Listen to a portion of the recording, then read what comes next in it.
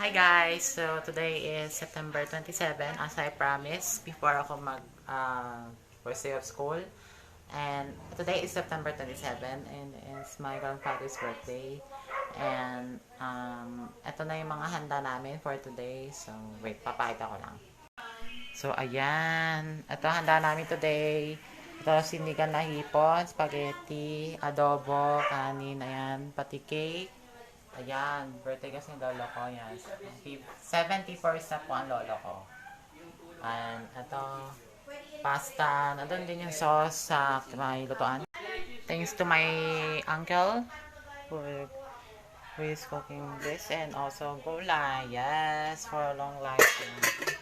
And then yun, bumili rin ako ng ice cream kanina guys before dumating yung tita ko dito. And ayun, pamadali talagang bili. Ayan, so ayan, bumili na rin ako ng ice cream. Yan, cream o halo-halo and ube queso flavor. So ayun, dalawang flavor yung binili ko. Yan. So ayan, may mga soft drinks din kasi din ako sa soft drinks, sira na yung bituka ko. So, ayan ang mga handa namin for today.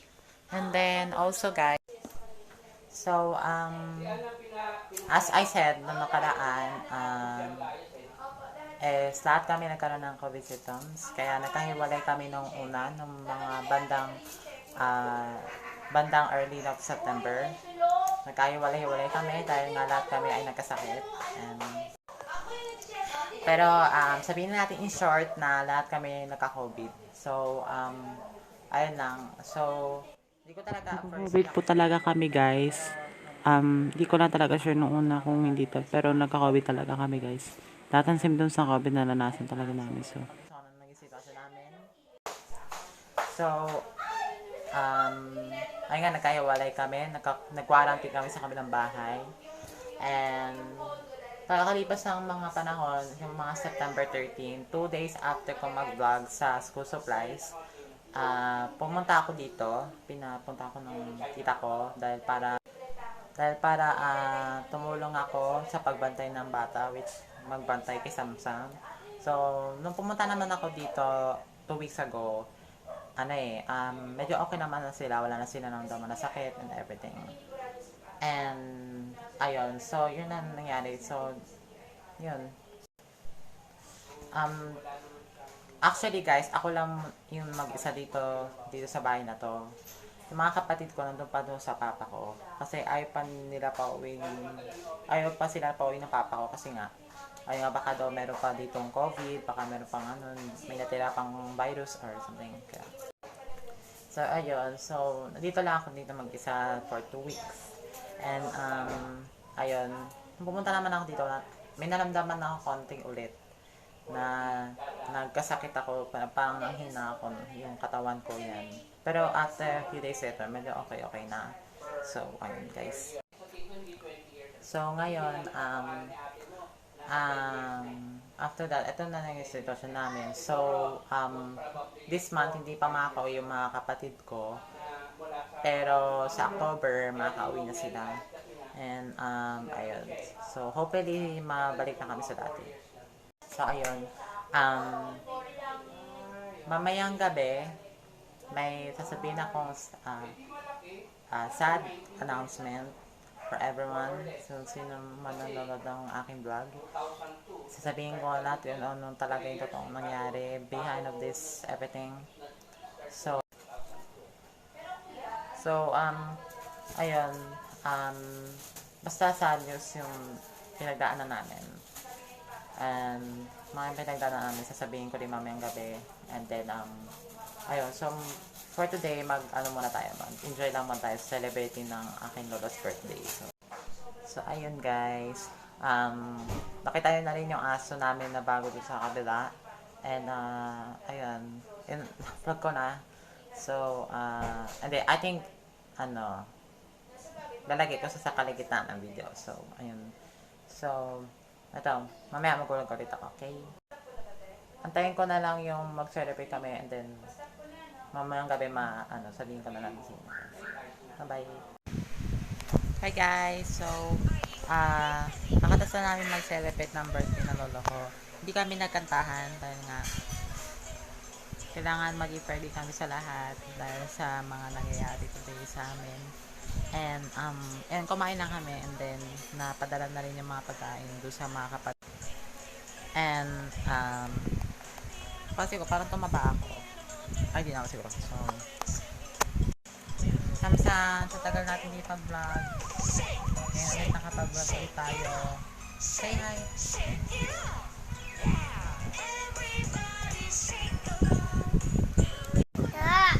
Ko lang parang nasisiralak na ulo or nababaliw na ako, di ko alam. Kasi kumain ako ng chocolate and ng cake. Pero pipilitin ko maging maayos muna ulit. So, ko lang Hey guys, so in the next day na po and di pa ako nakapag-video kagabi dahil napagod na po ako. Wala kasi ako masyadong tulog noon. And saka napagod din ako sa pagbabantay kay Samsam. Pero this time medyo okay na, so ngayon available na po ako sabihin lahat nung nangyari sa amin this past few weeks. And first of all, maraming salamat sa mga viewers ko, ng mga suporta. Just having a really bad year to our life, you know. Medyo personal yung i-share ko sa inyo. And, I mean, lahat sa inyo di pa po kayo nakakaalam sa totoo talagang nangyayari sa amin behind the scene of this sa pag-vlog ko. Actually guys, naalala niyo po yung last vlog ko, yung vlog ko po yung ganito yung naging sitwasyon namin after namin lahat magkasakit. Which, actually guys, ganito kasi. Doon pa lang po, hindi ko po kasi sure talaga kasi ayaw ko po magsabi na nagka-COVID na kami. Pero, in reality talaga, nagka-COVID po talaga kami. And, ayan po yung dinanas namin for almost 2 weeks. And, nasabi ko na pa ito sa last vlog ko na nagkasakit kami dito. Nagkahawaan kami ng sakit dito sa bahay na to. And, talagang naging severe yung mga side namin. Kaya nagkahiwalay-hiwalay kami. And then, kami na mga kapatid ko. Actually kasi guys, nung gabi ng September 5, sinundo na kami dito ng daddy. Ay, ni Papa. Kasi po, gusto niya na kunin niya kami kasi para magkahiwalay muna kami dahil nga lahat kami nagkasakit na nga. And then, ayun. Gusto niya na, gusto niya kasi na magkahiwalay muna kami magkakapatid ko dun. Sa lola ko, pati si lolo kasi nga, sila talaga yung pinakaunang nagkasakit. And nagkahawaan na nga kami. So, ang ginawa ni Papa, sinundo kami dito sa gabi ng September 5. Tapos yun, and nagstay kami kay Papa for almost 2 weeks. And then, after 2 weeks, 2 days after ng video ko, doon sa school supplies, yun yung first day ng school ko. So, after ng first day of school ko, yung tita ko nag-text sa akin bandang hapon ng Monday. Sabi niya, kailangan daw niya nakatulong dito kasi guys, yung tita ko, teacher kasi siya sa DFCAM. So, hindi lang kami yung nag-connect, tapos pati din siya kasi nga, nagbalik siya sa trabaho na yun, teacher po siya guys. So, yun nga, ibig sabihin, may online class din siya.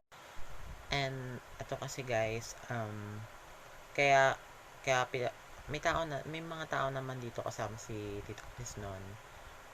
Kaso, hindi lang talaga kaya na sila lang kasi nga, yung bunso kong pinsan, si Samara, is ayaw dun sa isang tita ko kasi nga, hindi tao kasi may problema sa pag-iisip guys. Hindi ko na sinabi sa inyo yung laging kasama yung kasama ko dun sa nag-vlog ako dun sa comeback vlog nung last July. So, ayun, yun yung tita ko. Yun yung tita ko na may madamdamin na may problema sa pag-iisip. So, ayun lang, hindi ko na ano siya, pero hindi naman siya isip bata guys, pero parang may problema lang talaga siya pag-iisip. Simula nung hanggang pagkabata, ganun. May times kasi na, pag ayaw niya magpatay ng bata, natural na nanakit po. So, kaya po, parang yung bata po kasi si Samson na trauma sa kanya. Kaya, ayun, kaya parang siya nagbabantay, ayaw sa kanya. Tinatakasan niya po yung isang tita ko. Para, kasi ayaw niya nga sa tita ko isa. Kaya, tinatakasan niya. Then, ayun nga, pipupunta siya sa nanay niya na gugulo yung nanay niya sa online class. Kaya medyo hirap sila dito nung sila parang tatlo dito.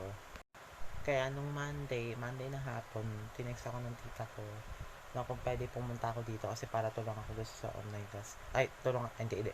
Tulungan ko siya magbantay ng bata kasi nga, nagugulo nga siya doon sa online class. Ginugulo siya ng anak niya. Kasi guys, ito pa, meron pa ako gustong i-add. So, sa Mara kasi guys, ito kasi guys, yung lola ko pa ni lolo ko. Yung lola ko kasi, siya ay pangalawang nahawa sa amin. So, um, nung September 13, nag-severe na po talaga yung nararamdaman niya.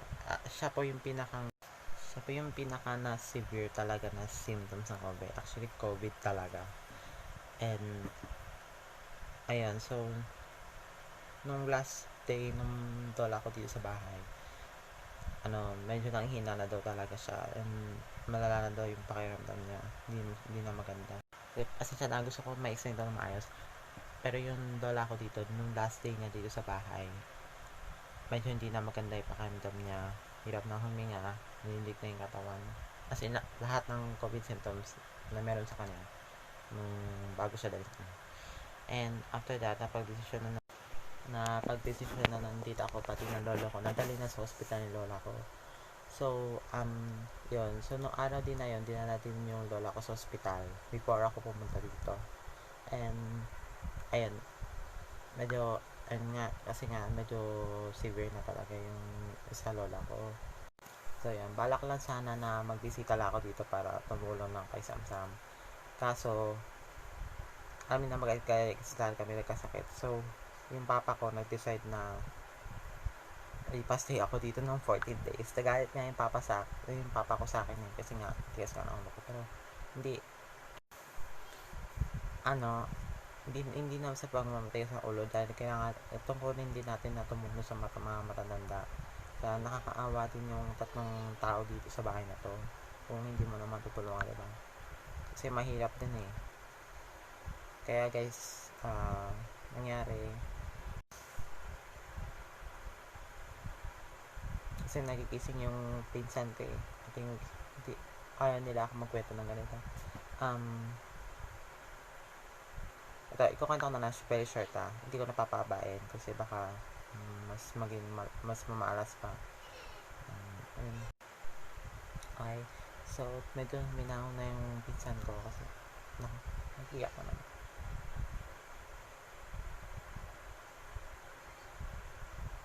Ko alam kasi kung ayaw nila ako mag-record kaya pinapayak na yung pinsan ko. Subukan ko na lang. Mamaya na lang ako mag-vlog guys. Okay.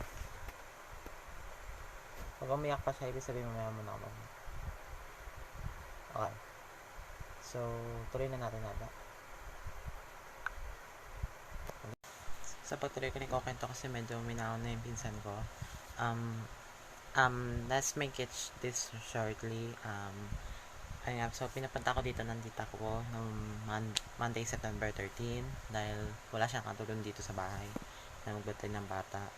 Dahil nga kasi si Samsam na nagkaroon siya ng anxiety guys.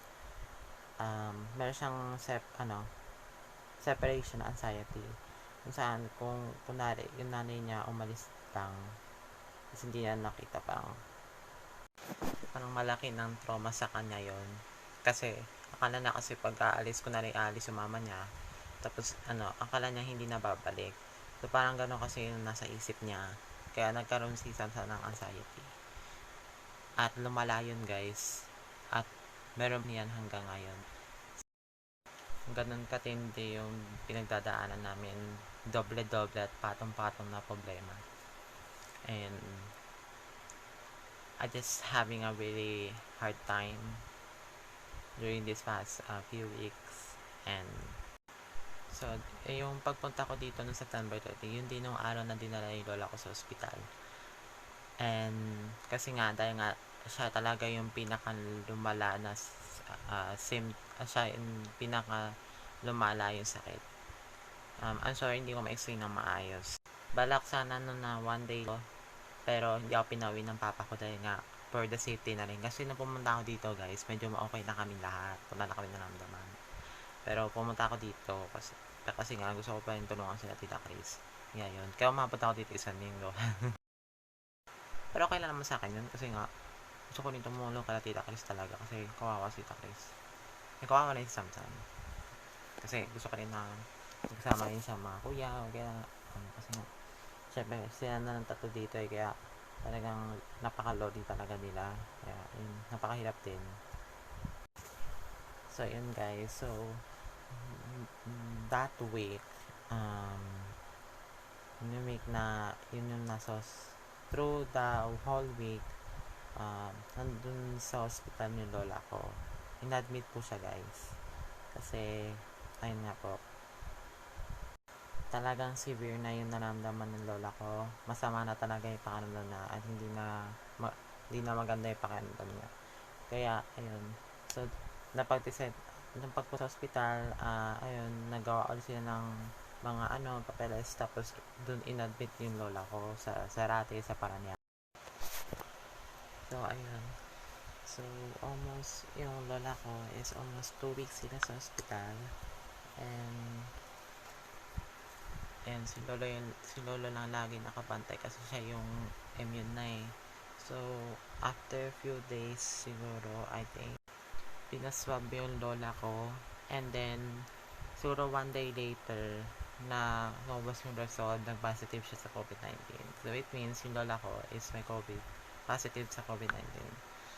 Pero napaswab din yung lola ko, pati yung tita ko, negative naman sila. As in yung lola ko lang. So ayun, so ayun, naka-admit dun yung lola ko. Pero yung lola ko kasi nung nasa hospital, may nakasuot sa kanyang oxygen na isang malaking klaseng oxygen.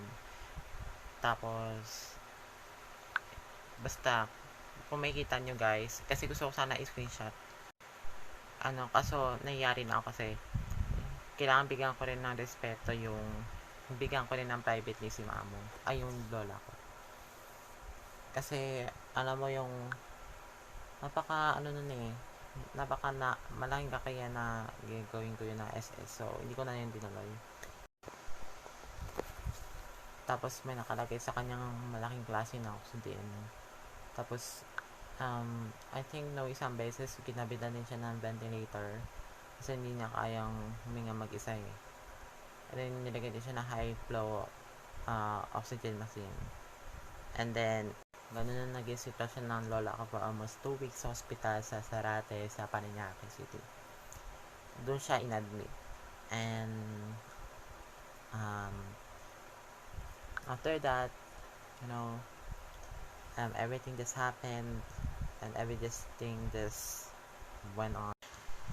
So ayun, pagpunta ko dito September 13, wala naman na naramdaman ni mga tita ko, okay na kaming lahat. Problema lang talaga yun sa lola ko, pati sa lola ko.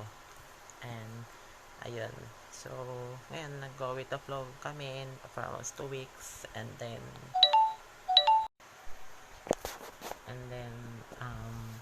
ayun, yung pagpunta ko naman kay Papa every weekend, pero medyo masyadong maikling time na kasi nga kailangan pa rin ako ng tita kasi dito.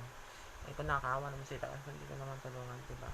So ayun, so halos araw-araw dito na ako sa bahay. So ayun, so nag-go into ulit kami, tapos until last week, mga September 23, sadly my grandma passed away. And So, yun talaga yung pinaka nakakalungkot na nangyari last week. And, I just don't want to be emotional about it. Because, nakakaya naman umiyak dito sa, hopefully, pag medyo sikat na ako, makakaiyak na ako. Pero, for now, hindi mo na siguro. Tsaka, 2 days before siya ma-pass away, sinabi sa amin na nagkatubig daw yung baga niya. So, yun talaga, pa na naalam na kami. Nung sinabi ko rin sa papa ko, yung sa pneumonia daw yun. Kaya yun yung pagkakos ng pagkatubig sa baga ng lola ko. Kasi yung lola ko, guys, hindi kasi siya madaling katulad ng lolo ko. So, kaya, kahit lahat ng mga gawain dito sa bahay, tinutuloy pa rin niya. Pero pag may naramdaman siya, hindi siya nagsasabi sa tita ko, hindi kaya siya nagsasabi sa amin. Kaya, ayun yung naging, kaya parang lumala yun ng bantong huli. Pero guys, yung lola ko, may pneumonia pala siya noon pa. Siguro ng mga bata pa siya. Pero ngayon lang talaga nag-severe nung tumanda siya. Tsaka nagka-COVID siya. So, dun pala parang, like, what's going on, you know? So, ayun. Pero ang cause of death niya is due to COVID-19. And also, I think cardiac arrest. Kasi sabi daw, inatake daw si mamo. Yung lola ko. And kwento ko rin kung paano ko nalaman. Hey guys, so today is the next day. Kahapon, papigil-pigil kasi yung vlog ko. Hindi ko alam kung bakit. Yung cellphone ko siguro nagka-problema. Nagkapuno ko sa space, kaya siguro patigil-tigil din yung pag-video ko. And also, ngayon, kalagayan namin na is medyo okay na. Nakapag-move na kami sa nangyari. Pero medyo malungkot pa rin talaga kami. Hindi namin maalis sa isipan namin yung nangyari. And medyo broken pa rin kami hanggang ngayon, guys.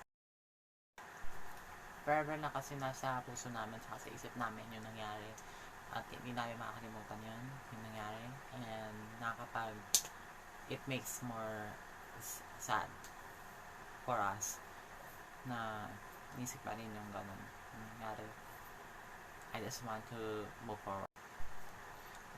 I just want to move forward and to learn a moral lesson. I think losing a loved ones is a moral lesson, I think, and I just need to learn it. So ayun nga, guys. So once again, this month nawalan po kami ng mahal sa buhay dahil sa COVID-19 and also sa pneumonia. Basta yun, guys. Basta ngayon, this month, nawalan kami ng mahal sa buhay and it's heartbreaking. Pinagmulan talaga lahat ng pangyayari na to is dahil din sa COVID. Kasi halos lahat kami, guys, is nagka-COVID po. And I think nung una, akala ko hindi talaga COVID, pero COVID po talaga yun. And ayun, it is heartbreaking and unexpected. Ayoko naman maging masyadong maging emotional din sa video na to. So I just want to be puro positive lang gagawin ko. And medyo nahihiya pa rin. Nahihiya din ako umiyak. But ayun, basta I just want to be positive pa rin. And also, guys, actually, guys, by the way, on behalf of this sa nangyari sa amin this past few weeks, itong sasabihin ko is medyo hindi konektado doon sa pagkamatay ng lola ko, pero I just want to clarify something and hindi ko pa nasasabi sa vlog ko or kaya dito sa channel ko ever since na nangyari. So actually, guys, on behalf of this, actually this is our third time na mawala na mahal sa buhay. Sunod-sunod na taon. Actually, itong lola ko sa mother side is actually third time na kami ay mawala ng mahal sa buhay. And I think hindi lang naman kami ay nawalan ng mahal sa buhay ngayong taon na to. I think marami pang tao dito na nawalan din ng mahal sa buhay. I think mga 3 or more pa na nawala sa mundo sa isang pamilya. And that was very heartbreaking.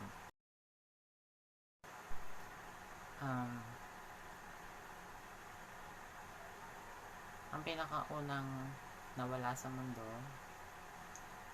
is my lola sa father's side, year of 2019. At hindi ko sinabi sa lahat ng mga viewers ko dito, hindi ko rin in-upload dito sa YouTube channel ko. Yung sa lola ko naman sa father's side, unexpected talaga yun kasi ay ginagawa kami nun ng mama ko. And then, bigyan na lang tumawag yung kapatid ko. And siya kasi yung pinakahuling witness na lola ko sa isang lola ko. And ano sinabi niya nangyari. And saka unexpected. Sobrang unexpected talaga, guys. And ayun na nga, nangyari na nga yun sa lola ko. And ang pangalawa naman ang nawala sa mundo sa family namin is in my mother. Si mama, pinawian po ng buhay last year ng June 2020. And noong December 2020, hindi ko na sinabi yung mga pinagdaanan ko noong taon na yun. Kasi I just want to be private and not to talk about everything. Kasi nung panahon na yun kasi hindi pa ako ready isabihin lahat yung pinagdaanan ko yun noon. Kasi bala ko sana sabihin ko yung sa pagkamatay ng mother ko pag medyo naging sikat na ako sa YouTube. Pero I think kailangan ko na rin sabihin ngayon kasi nawalan pa nga ako ng mahal ng buhay, mahal sa buhay ulit ngayon pa na to. And I don't think that it's the right to put this in privately. I think I need to put it publicly because and also I was unprepared to say my mother's death because sa mother ko din kasi heartbreaking din kasi. Pero hindi kasing heartbreaking ng lola ko kasi yung sa lola ko talaga very tragic talaga yung death niya. And pero yung sa mama ko tragic din naman, guys, kasi kinamatay kasi ng mother ko is cancer. Pero mas tragic talaga para sa amin yung lola ko kasi yung lola ko kasi ilan ng tahanan. Simula nung nawala yung lola ko, everything just changed and lahat talaga as in bago.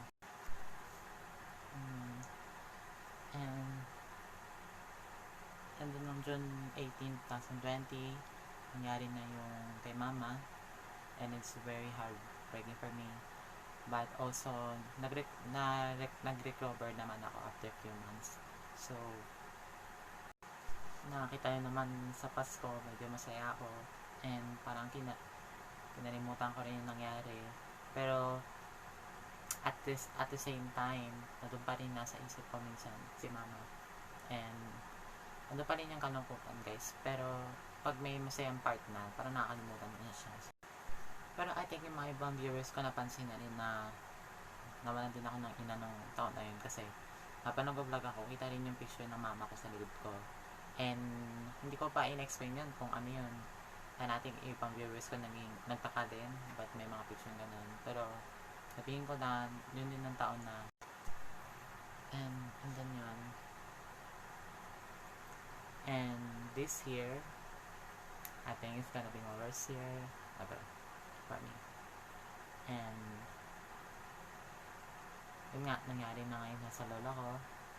Nagka-COVID kami lahat and then nahawa yung lola ko and sa kanya yung naging severe and everything just happened and hindi ko na ikukwento lahat kasi ayoko naman masyado maging negative and basta yun, nangyari na lahat and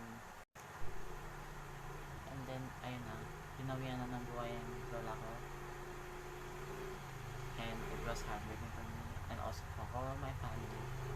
Naapektuhan din ito dito sa nangyari. Iba sa amin hindi makamove on, iba sa amin na-depress talaga. Pero hindi na rin kasi matatanggal sa isip mo yan, pati sa puso mo yung nangyari. So, kailangan siguro tatanggapin din namin siguro, pero siguro matagal-tagal pa. Pero right now, nasaktan talaga kami sa nangyari. And it is heartbreaking. No, so, pinaka-epektado din dito yung pinsan ko, si Samara.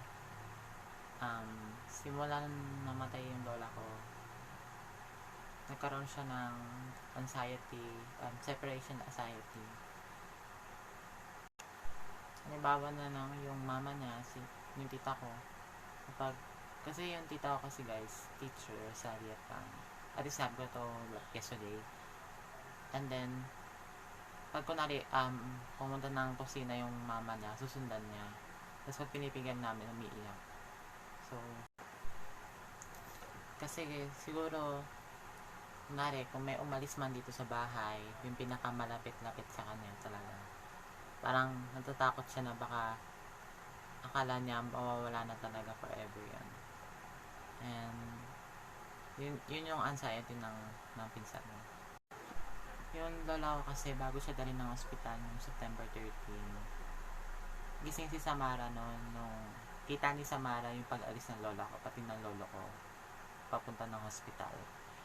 And hindi niya alakain, parang yun na pala yung magiging last ng pagkikita nila. And yun siguro yung naging anxiety niya para sa kanya. Kasi akala niya yung mga umaalis doon sa bahay na to is forever na mawawala. So doon siya nag-worry. Yun ang naging anxiety ng pinsan ko sa Samara. And it's very heartbreaking. Ngayon lang siya nagkaganyan, kaya na nawala yung lola ko. Kasi yung lola ko, pati siya, they're very, very close. Magka-close sila mag-apo, mag-lola, kasi sila talaga yung lagi magkakasama, sila lagi yung magkalaro sa isa't isa, magkahalutan sa isa't isa, and sila tayo yung palagi nagkasama. And naging thoughts ko naman sa lola ko na naging mabait mission lola in some ways, pero minsan may din sa bahay din in some ways na mga ginagawa namin mali, and tinatama niya yun. So, and yun talaga na-appreciate talaga namin yun. And also yung pagiging caring niya na lola din, and also yung maaalalahanin din na lola, and basta maalaga, matyaga na lola, and lahat ng sakripisyo na binigay niya sa amin, and ayun. And I think yung pagkawala talaga ng lola ko sa mother side is very heartbreaking, and lahat ng mga saya and energy dito sa bahay is completely disappeared, nawala. Talagang yung pagkawala ng lola ko, talagang apektado talaga sa amin lahat, lalo na sa tita ko na pinaka-close sa kanya, and yung apo na rin na pinaka-close sa kanya, ay personally apektado din ako. And malaki din yung epekto din sa akin, kasi syempre minahal ko yung lola ko, and minahal na rin niya kami, so ayun yung pinaka talagang very full damage for all of us. And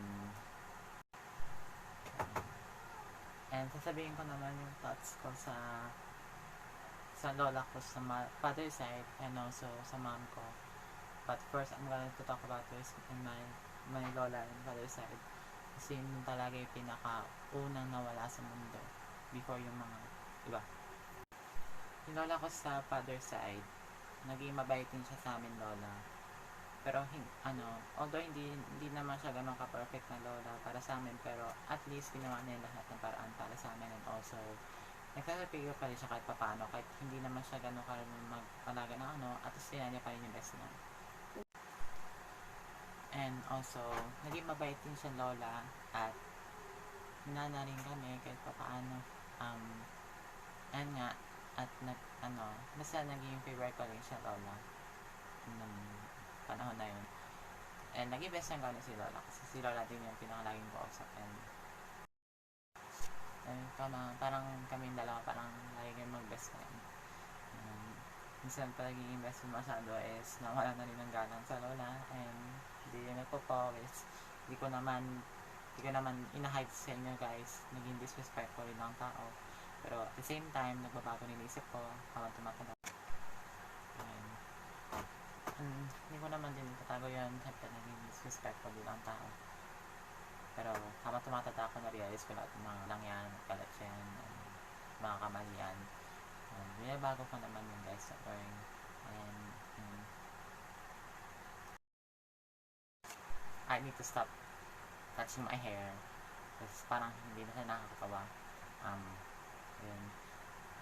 Basta yun, wala akong sa father side, best friend ko din, naging mabait din sa lola para sa amin. Although hindi siya ganun ka-perfect, pero tinanay niya pa rin yung best niya para maging lola sa amin. And now, I'm going to talk about my mom. Siguro sa inyo guys, siguro nakita niyo na yung mom ko nung Christmas Eve 2018. Nandun siya sa vlog ko, kasama ko rin ng mga pagkain doon sa 7-Eleven. I think, hindi ko alam kung 7-Eleven is. My thoughts on my mother, and then, naging mabait din siyang mother. Pero, may times din na mga technical difficulties, may times din na, to be honest with you guys, hindi rin naging perfect yung mother ko, naging mother niya sa amin. Pero, minsan nabawi naman sila mama sa amin, and ginagawa naman din niya yung best niya. And, kasi yun, lahat naman siguro ng tao hindi naman perfecto. I think, may mga tao din talaga na may pagkakamali din. So, forgiveness. And also, si mama yung pinaka-best friend ko. Yung lagi ko kasama kahit saan. And also, nag-hangout kami together. And yun yung lagi ko kasama si mama. And yun din lagi ko kakwentuhan, kausap, and everything. Pati yung mga katismisan. Minsan kami mag-ina, may pag-aaway din kami. Kasi, yung pag-aaway namin, minsan ako yung may malit. Talaga, madalas talaga eh. Siyempre, siyempre bata, siyempre, ganun, talaga, medyo matigas ulo, di spoiled din. Pero, nagbago yun. Don't worry, kasi, masama pa rin ugali ko guys, to be honest. Hanggang ngayon pa naman. Pero, yung pagiging, basta yung pinakamasamang ugali sa lahat, yung mataray, katulad ng dati. Hindi na pa ako ganun ngayon, pero medyo salbahe pa rin ako guys, to be honest. Ganyan. Yung kay mama kasi guys, hindi ko pa nasabi yung full details ba. Pero sa mama ko kasi guys, simple namin may cancer siya nung January 2020. Pero nung December 2019, kasi nung bandang mga 2019 guys, mama ko kasi, she's not already feeling well na at that time. And sobrang dami yung nararamdaman sa katawan niya, sobrang dami masakit. Also sa mga matres na nakopera sa kanya, pero medyo nagka-problema pa rin ng 2019. Basta lagi na siya dadaing na sobrang dami niya nararamdaman. Yung sa tiyan niya, yung mga matres niya, nagkaroon ng problema. And also sa mga, basta parte lahat ng katawan niya masakit. And yun na, basta may illness siya noon at that time. And until nung December 2019, December 12, sinugod siya ng hospital din. And muna inadmit siya sa Pavilla, and doon namin nalaman sobrang dami niya sakit. And nung January 2010, tinilipan siya ng PGH, doon na namin nalaman yung cancer. So that was heartbreak. Ngayon. And also guys, under substance test, si mama din ng tubo, and also yung colostomy bag, which nalala ko lahat yung mga pag-aalaga ko sa niya dati nung bubuhay pa siya. Kasi ako kasi nag-aalaga kay mama. Pero nag-aalaga din naman yung mga kapatid ko nung may sakit yung mother ko. Aso ako lang talaga, kasi ako lang kasi talaga nakakaalam kung paano talaga mag-alaga na may sakit na ganun. So, ako talaga yung nag-alaga kay mama for almost a month. Mga few months, siguro mga 6 months, ganun. And, kasi, nalalaman ko kasi yung mga instance sa pag-alaga sa ganun may sakit. Kasi, guys, nung in-admit din si mama, ako din yung laging kasama niya. So, lagi akong part din ako sa bantay kay mama sa hospital, part din ako sa pag-alaga sa kanya sa hospital. So, alam ko na lahat yung instruction sa pag-alaga sa may sakit. So, nalala ko yung mag-ano kami ng tubo ni mama, nalala ko din yung pinapalatan ko siya ng colostomy bag, kasi nagkatubo kasi siya guys, pati colostomy. Kasi, nagka-problema din siya sa part nung ihiyan din niya, sa kidney. So doon pa lang talaga, hirap din ako sa pag-alaga ng bago, pero worth it din naman, okay lang sa akin. Kahit bagod ako na, pero para din naman kay mama yun eh. Also sa kalusugan din ni mama yun. Kaya ginagawa ko lahat yung best ko para kay mama. Yung mother ko kasi guys, nagka-problema sa kidney niya. Kaya, hirap din siya by her own. So yung sa pagtatae niya, sa part na daanan ng tae niya, nahirapan din siya. So lahat yun, ginawa sa kanya yung patubo, pati colostomy bag. Kaya alam ko lahat yung nangyari kay mama. So dun pa lang talaga, hirap na yung mother ko talaga. Pero lumalaban pa rin siya. Pero, nung bandang huli kasi di na talaga niya kinaya kasi sobrang dami na talaga as nakakabit sa kanya. And, inayaan ko na rin siguro na kung ano mangyari kay mama, accept ko na kasi hirap na talaga siya.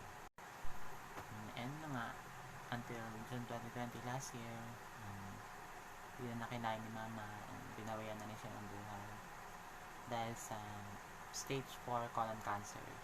Colon cancer talaga guys, yung pinaka-cause lahat ng nangyari kay mama. And yun, yung mom ko kasi guys, eto nga sa inyo to, hindi ko na masyado ipapagod. Yung mother ko kasi guys, nung kabataan niya kasi, mabisyo kasi siya guys. At a very young age, dun siya nag-start yung gawa siya ng mga bisyo. And masyado kasi napairal na yung pagbibisyo niya and everything stuff like that. Kaya nung tumanda si mama, doon na talaga parang labasan lahat ng side effects noon. Doon na talaga lumala lahat ng nangyari. So yun nga yung lahat ng nangyari sa mama ko. And so for me talaga, doon pa lang, yung pagkamatay ng mother ko, depressed na ako. Pero gumaling din ako after a few months kasi naka-move on din naman ako. And so nung December 2020, medyo naka-move on ako sa lahat nun. And medyo okay na ako mag-vlog, nakakapag-vlog na ulit ako, medyo masaya na konti. And excited din ako nung bago mag-Christmas kasi kuwento ko lahat, mga plano ko. And also yung magaganap ng mga gala. Medyo naging okay na nga ako nun. Kaso nga lang, naging parang bumalik ulit sa dati yung pagiging malungkot ko din, malungkotin ko din. So, di lang naman ako, all of my family. Bumalik na naman itong kalungkotan ko ulit. Yun nga, namatay din yung lola ko dahil sa COVID. I just speechless at first. And parang bumalik ulit yung kalungkutan ko.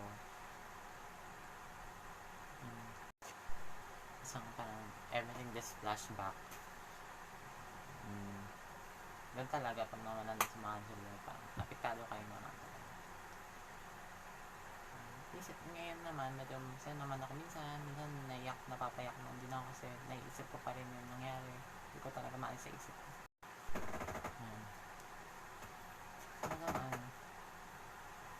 Yun ang pinagkaibahan nung pagkamatay ng lola ko sa pagkamatay ng mama ko, pati sa isang lola ko. Nawawala naman sa isip ko yung nangyari. Pero yung sa lola ko ngayon, parang naisip ko pa rin, parang hindi ko siya ma-erase, hindi ko kayang makamove on. Kasi, although si mama, yung lola ko lang naman yung namatay pero parang nasama ko rin, parang pinagsama ko na lahat, pati yun sa pagkamatay ng mama ko, pati sa isang lola ko, parang pinagsama ko lahat sa utak ko. And then, this, and then, ano, yun na, nagsama-sama lahat sa utak ko. And then, ayun na, kaya, hindi ko na iwasan na umiyak na lang minsan, na wala sa lugar, dahil isip ko pa rin hindi ko makatanggal sa isip ko. Masakit. And also, I just wanna talk about, after ng my grandma's death, nakita ko yung asawa ng lola ko, yung lolo ko. Ang una ko siya nakita, parang nanungot ako, talagang sobra. Parang naaawa rin ako sa lola ko kasi parang mag-asawa sila, tapos yun, nawala na yung lola ko, tapos yun, parang mag-isa na lang siya, parang lonely na siya. Kaya nga guys, sabi ko, napakalaking impact ng pagkawala sa dati si lola, pati yung lolo ko, kapag matutulog sila dati, magkwentuhan mo na sila, mag-rosarin mo sila bago matulog, tapos magtatawanan din, magmamassage bago matulog. Ngayon, nung nawala yung lola ko na lang lagi mag-isa sa kwarto, and then hindi na naman gumagana yung ano ko, testing natin, problema naman ng SMD. Last na promise. Ngayon, pag matutulog yung lolo ko, diretso na agad siya ng tulog, hindi man lang manood ng cellphone, hindi kaya magbasa sa sarili niya. Basta, simulan na nawala yung lola ko, so, naging sobrang lungkot din na yung lola ko.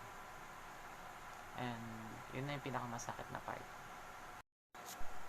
At yun yung tita ko, pag tuwing umaga kasi, lagi silang dalawa yung magkakakwentuhan, at yung mga chismis na bagay. So, masaya din na nangyari, paganapan kita kasi pinarito na sa lola ko. Basta silang dalawa lagi yung magka-close, at saka lagi yung kwentuhan ko tuwing umaga. Nga guys, and simulan nawala yung lola ko, lagi na lang yung tita ko ngayon, mag-isa lagi sa kusina pag magluluto. And minsan wala ko siya mag-isa, kaya siya nga lang mag-isa, wala siya kwentuhan lagi.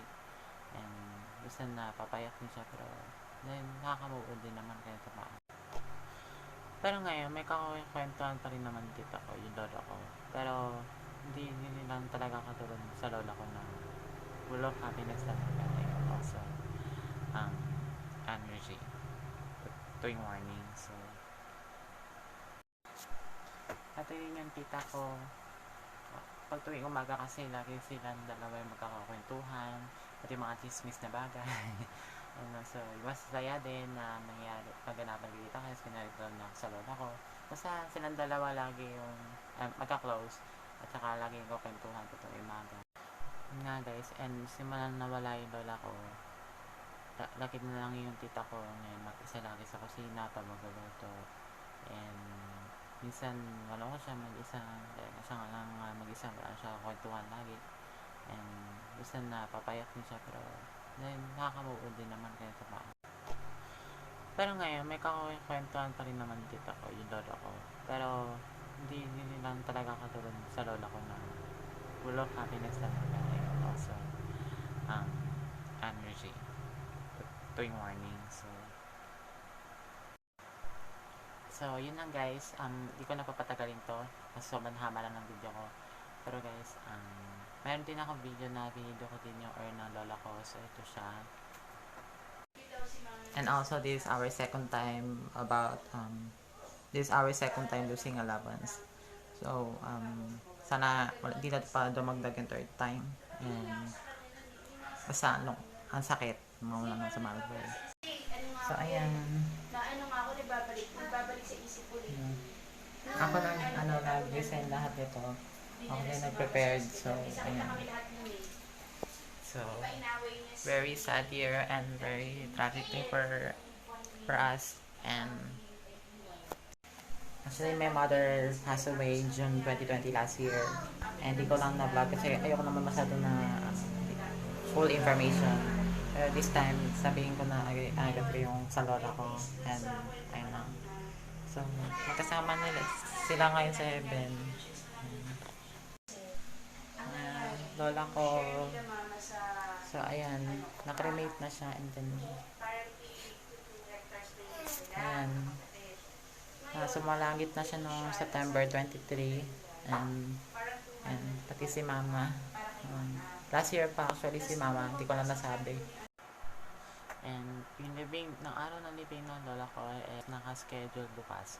So mag-vlog din ako noon. And also may yung vlog ko rin sa itong araw na ito i-upload ko bukas. At pati sa birthday ng lola ko. So ayun. And also may kaganapan din na kami na rosary, online na rosary mass bukas ng 12. So i-vlog ko rin yan guys. And basta yun lang guys, update ko ngayon. Basta nawala kami ngayon ng mahal sa buhay and due to COVID-19 and also. So ayun lang guys, dito na patatagalin itong video na to. And bukas mag-vlog ulit ako guys. And i-upload ko rin. Magkaiwala itong vlog na to sa gagawin kong vlog tomorrow sa pag-upload ko. So ayun. Saka medyo hirap na rin ako dito sa cellphone lock ko. Kailangan makapabili na ako ng bago. Hopefully by this month, October. And ayun na. So kailangan, I need to change everything. Like stuff para makabuon sa lahat. Then also. And ayun lang guys. So I'll see you guys in my next vlog. And i-edit ko na ito bukas. So bye bye.